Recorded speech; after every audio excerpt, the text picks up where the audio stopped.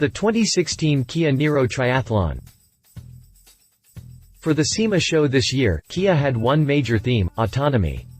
Models like the Kia Soul First Class exposes what the self-driving Kia models of the future will offer for the daily driver. Then you've got a handful of models that are catered to a specific breed of people.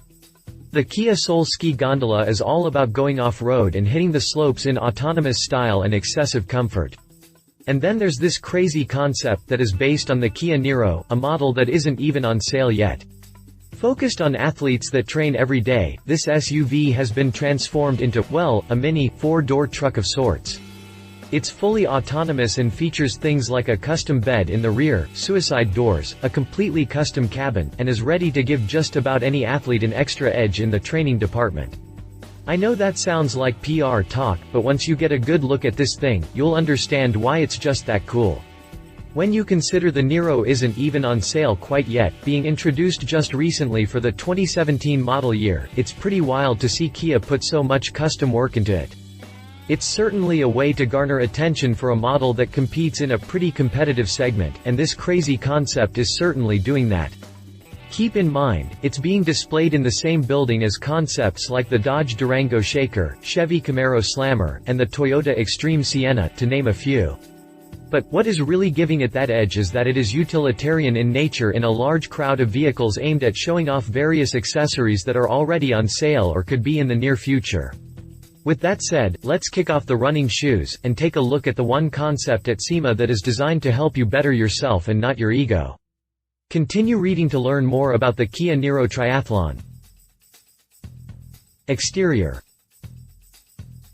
Perhaps the most interesting version of the Niro you'll ever see, this concept not only has a utilitarian nature to it, but it's also quite stylish and features a very attractive livery that's far from boring but not over the top either.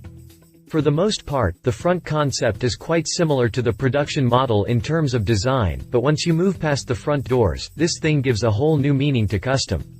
But before we go too far into it, here's a couple of comparison images to show just how different the concept really is. The Niro Triathlon, left, maintains the overall look of the production model, right, up front, but has enough little extras to satisfy our craving for customization. Kia decided to give the front end a little extra character with an interesting hood scoop.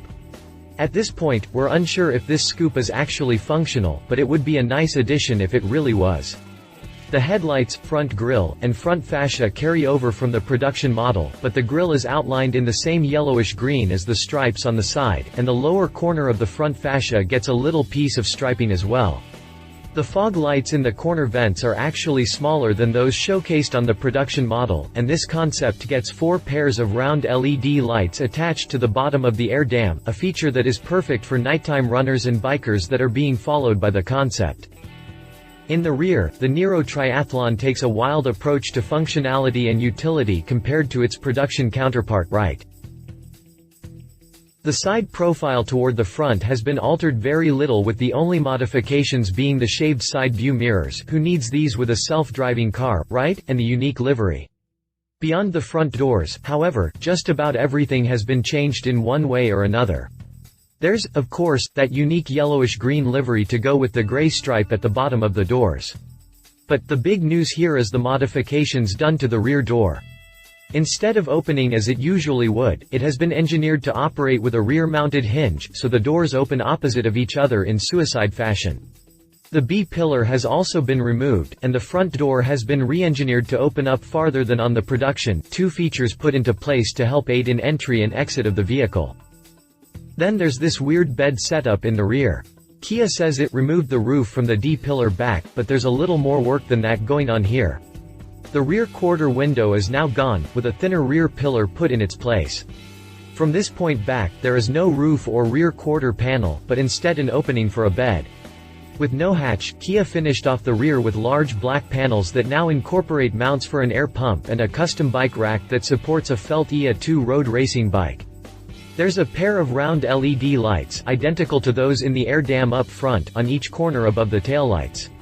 Down inside the bed, there's a fully stocked toolbox with tools necessary for working on the aforementioned bike, as well as a small caddy for various cleaners. I'm assuming that the toolbox is waterproof, as we all know weather doesn't stop true athletes. The green livery from the sides continues on the lower rear fascia in the same style that we saw on the front fascia. There's also a laser bike lane light that illuminates the road ahead of the athlete and records things like speed, time, and distance that is displayed on the rear-mounted tablet. All told, it's a pretty revolutionary design considering its true purpose, but let's take a look at the inside where things get a little more interesting. Interior. Considering this concept is all about athletes and their training, it should come as no surprise that there's only one seat inside that concept. That one seat, by the way, looks excessively comfortable and relaxing, probably a joy to sit in after running or biking for miles on end. As you can see, the steering wheel has been replaced by a large tablet that appears to be larger than the display found in Tesla vehicles and the new Toyota Prius Prime. Obviously, this model doesn't give you the option to drive yourself, but that trade-off means you can relax, read the news, or check your performance on your way to your next destination. Not a bad feature to have for a busy athlete. The interior of the Niro Triathlon, left, is insanely different from that of the production model, right, align equals center. The center console has been trimmed down and features a water bottle mount, while a small mat sits on the floor on the passenger side. To the rear there is a number of hanging crates for item storage and hooks down below for holding larger, heavier items in place, in case the Niro tries to take any sweet jumps on the way home. The driver's side rear door has been equipped with a small rack for magazine storage. The rear, passenger side door features two sets of hooks for hanging shoes. Then there's the front passenger door that has, wait for it, a shower nozzle, sink sprayer, that is connected to a water tank for quick showering and cleanup after a good training session. There are also various hooks for storing things like goggles, helmets, and the like.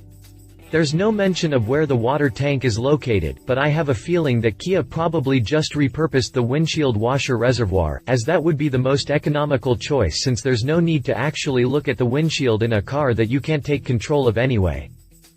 You've really have to hand it to Kia for the work put into this interior. It certainly serves a purpose for those who train a lot. I think a real shower head would look a little less tacky compared to a sink sprayer, but that particular type of sprayer does prevent the need for a shut-off valve, so it does have some merit being there. Conclusion.